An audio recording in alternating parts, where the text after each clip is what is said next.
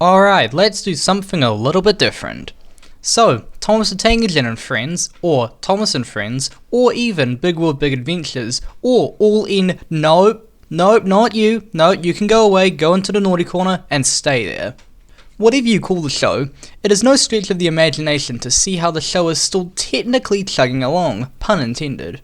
From all the way back in 1984 to the present day, we've had 24 seasons with over 580 episodes of content, as well as 14 specials to go with it. And considering the show is now 40 years old as of this video's release date, let's do something a little bit special. I personally haven't watched the entirety of the show in a long time, like pre-pandemic level long ago, so consider this new video a sort of reintroduction to the show from an outside perspective. I enjoy the Railway series a lot, just haven't watched a lot of episodes of the show, so this could be interesting. As the title suggests, I'll be going from worst to best, and we shall start with the first season of the show. This started everything off. Also, I'll be using the UK dub and restored versions, as the story remains the same in both, just with some of the shots and words changed. Also, I'll be using images for this, as because I am not sure how Mattel is gonna like it if I use footage. Remember Unlucky Tug? I don't want that to happen to me just yet. Alright, but before we get into the rest of the video, let's have some background for Season 1. Season 1 is a strange one to me, adapting the first few Railway series books faithfully with only a few minor alterations to the original source material used. You all know the history for this season, with Brittlecraft approaching Wilbur Awdry, the writer of the Railway series books, and the Ringo Starr to narrate the show, bringing on David Minter to direct. The show was a success from day one, with praise for the models, camera work, characters, and plot. But with every show and season, there are always going to be episodes that are better than others, and that is what I am here to discuss today. Now, this is all my opinion. If you love an episode I hate, or hate an episode that I love, I support that opinion. It's awesome that you found something that I wasn't able to find. With all this background listed, let's get to what you're all here for. Number 26. Thomas's Train. Now, this whole list is likely to be controversial from the start, so let me get this one right out of the way. Thomas wishes to take a train to go and see the rest of the island, so when Henry is ill one day, he gets his chance. However, before he can be coupled up, he pulls away from the station, travelling at least a few miles before being stopped. This is where my main problem with the episode lies. Thomas is shown to shunt coaches earlier in the episode, so how did he not notice the lack of coaches behind him is a bit bizarre. At least in the original book, if you look at the Wilbur Awdry drawings, he only goes like 50 meters. But in the show, they have him go at least 3,000. And I'm not a math expert, but one's a little bit longer than the other. It's for that reason that this episode is at the bottom of the pile. Number 25, Thomas and the Guard. This episode slightly annoys me, and it's because of the guard. The guard trips over getting back into Clarabelle, yet the crew fail to see the guard get aboard, despite that being standard railway protocol, making sure the guard is on board before you leave. Also, he decides to run down the line rather than just take a car. I mean, he might just need the exercise. I support the grind, but still, better ways to have done it. This episode is alright, I guess. It does have that Henry exercise line, so that's why it's above the previous pick. Thomas's Christmas party is in number 24, because what even happens in this story? Oh, they thank Mrs. Kindly for clearing some snow and inviting her to a Christmas party. Yippee! Alright. Personally, the flashback to Thomas and the landslide would have been a better fit to this episode, but I can see why they wanted a Christmas-themed finale, especially as this particular episode aired on December 25th. Not much to say, so it goes here. Number 23, Tenders and Turntables. Again, what even happens in this episode? Oh, Gordon has to take the express backwards and James does a little spin. Well, the spinning is funny. It's the only real part of this episode I can recall on the top of my head. It's like, not a lot really happens in this, and I don't really enjoy it. So I just put it in acceptable. Number 22, James and the Coaches. Hot take, but this episode is kind of boring. The music is the only thing that saves it. Oh, James pulls a train and fails, then he pulls another train and fails. James's theme is pretty good though, giving me a bit more to talk about than the episode itself. Number 21, Whistles and Sneezes. Now this one will also get me shot, but hear me out again. Because this episode is 2 stories combined, the pacing is way too fast for myself personally. Like, we get Gordon breaking his whistle, and then immediately Henry giving the school kids black lung within about a minute and a half. That is a lot of information to process in about 4.5 minutes of screen time. That's all I can really say. Number 20, James and the Express. This one is a bit of an odd one, and it's mainly due to the loop line. Why would there be a loop line, and why would it even be on Sodor? On most maps by Wilbert, there isn't a loop line, and even from that David Mitten map, the loop line doesn't make a lot of sense. I feel like I'm ranting, but it should be noted that Gordon being sent on the loop line seems like something made solely up by Wilbert for plot convenience, which ended up getting translated into this episode. Aside from that, this episode is fine. Number 19, Thomas, Terrence, and the Snow. These kind of stories are my personal pet peeve of the "I don't like you" evolving into "Please help me, Thomas, I'm sorry." Wah! By the end, it just gets on my nerves, and this story is one of those examples. I like the crash and the winter atmosphere, but of course Thomas is a dick to Terrence and Terrence saves Thomas. Wow, I could have told you that just by looking at the title. Setting is nice, the story is passable. Number 18, Trouble in the Shed. This is honestly a bit of a meh episode in the first half, but when Percy gets introduced, that's where I got invested. I'm not a big fan of the whole strike concept. You telling me none of these engines crews even attempted to move the engines at least once? I mean, maybe the crews may have been complicit in the strike action. We gotta consider that. Percy scaring Henry was actually pretty funny though, so it goes here. Number 17, Thomas and the Breakdown Train. Another slight pet peeve is the plot device that is used almost immediately. The case here being those breakdown cranes. The way the episode is structured has it be about a few hours after Thomas sees the cranes, James comes flying through and derails. However, I do actually like the model work of the crash of James in the field, which saves this episode for me. Number 16, Coal. This is one of those types of stories where not much happens, but I enjoy it a lot.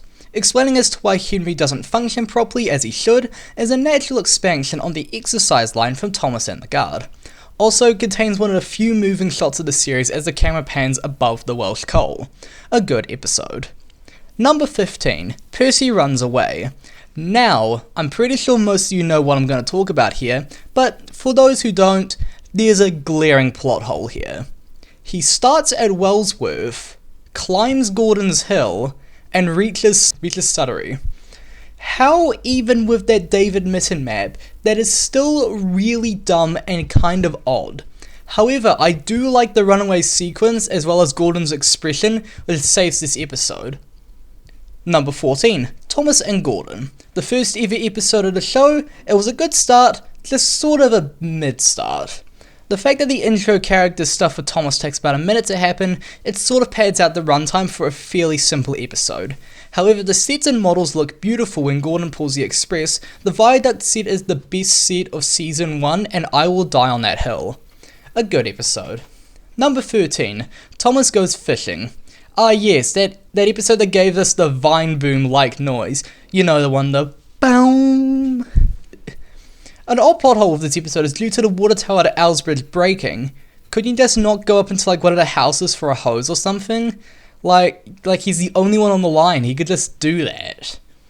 The inspector saying, "Can you see fish though?" is still really funny. An adequate episode. Number 12, Edward and Gordon. Now this episode combined the first 2 stories of the Railway series, those being Edward's Day Out and Edward and Gordon, and I can see why they did that. While I enjoyed the second half of the story with Gordon and Edward climbing the hill, the first half is a bit of a drag to get through. Although, all being said, I kinda like this episode, so I'm putting it here. Number 11, Thomas in Trouble. Oi, you! You know the joke, like police officer masturbates. Yeah, that reference will probably go over the head of most of you. This episode is kind of funny when you think about it. Topham bought Toby because Thomas broke a law that had been out of date. So basically, Topham solved a problem that didn't exist. This episode features the appearance of Toby on Sodor. A good episode, but just outside the top 10. Number 10, Thomas and the Trucks.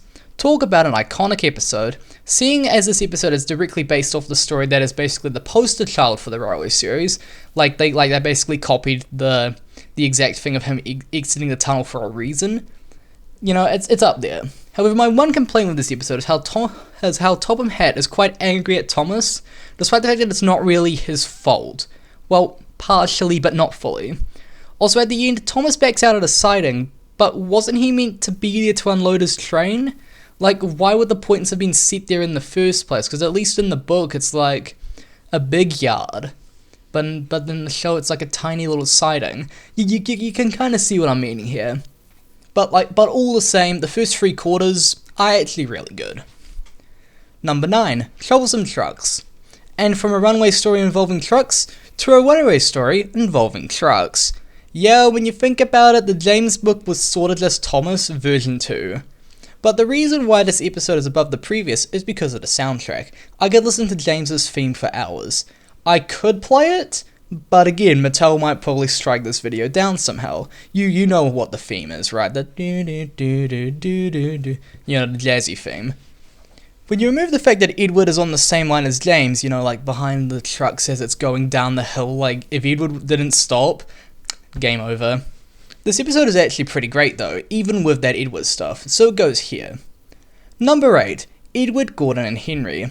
Famously the story that the publisher requested Audrey to write because they foresaw the New York Times creating internet articles, as well as the episode those journalists failed to watch. I might be exaggerating, but come on, it isn't that hard. Anyway, back to the episode. The main reason I put this episode here is a very specific reason. Those final few seconds where the trio are puffing home, the sky backdrop looks beautiful. This story also gives a redemption arc for Henry, as well as sets up Gordon's smugness and occasional undoing. Now we're into the great tier, top 7. Speaking of number 7, let's go to number 7, which is Toby and the Stout Gentleman. Wow, coincidence? Maybe.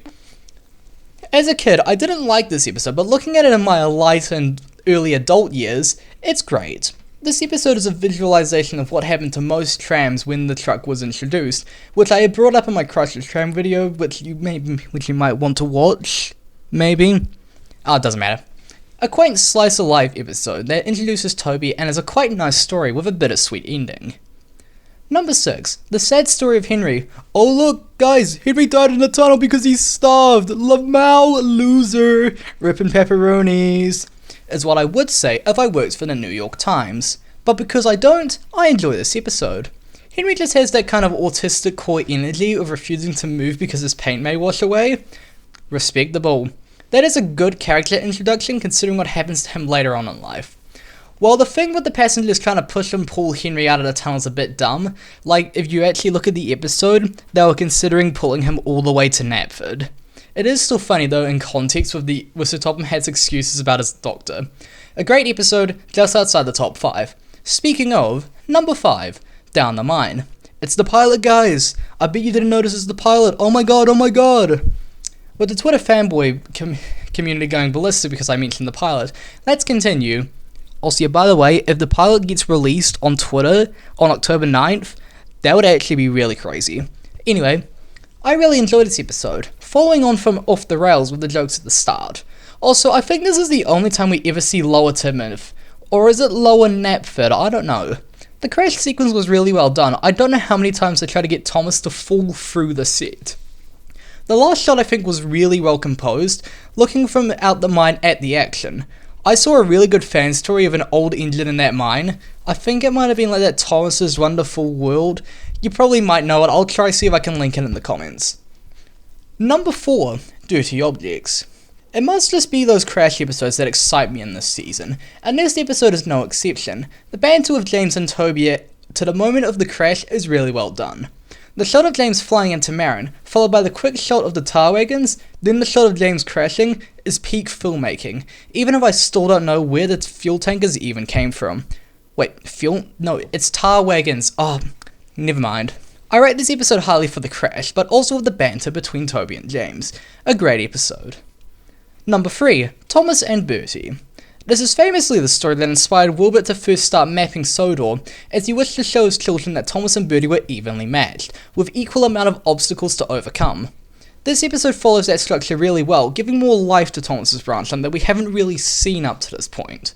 While the race is very likely dangerous and would have resulted in fines and jail time, you know, like that Victor Tanzik episode, that's basically what would have happened, like come on. There's no denying in my mind that this is a classic, and so it goes in the top 3.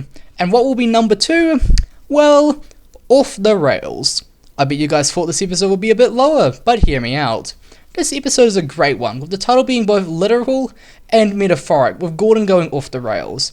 The small bits of banter with Henry, Gordon, and Percy are a joy, and the crash sequence is really well done, even though you can see the wire between Gordon and his tender.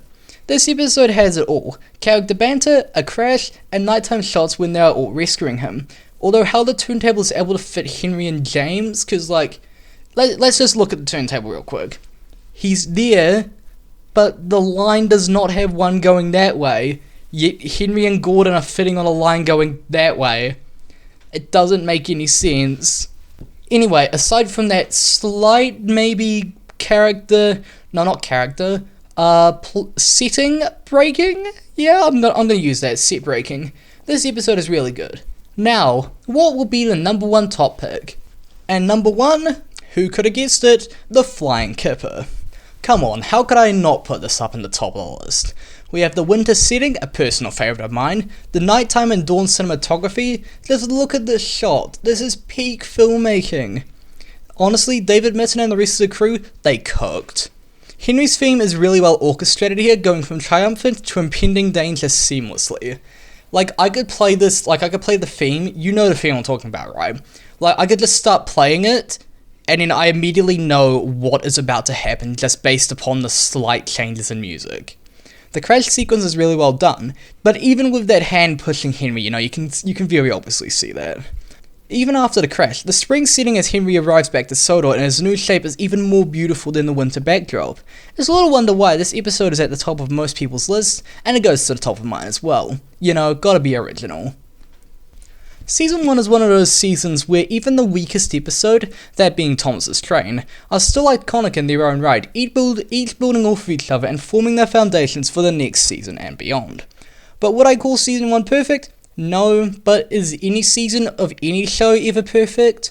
Like, no, never. But there are still quite a lot of episodes in Season 1 that are great, just with the occasional ones that I do not particularly like.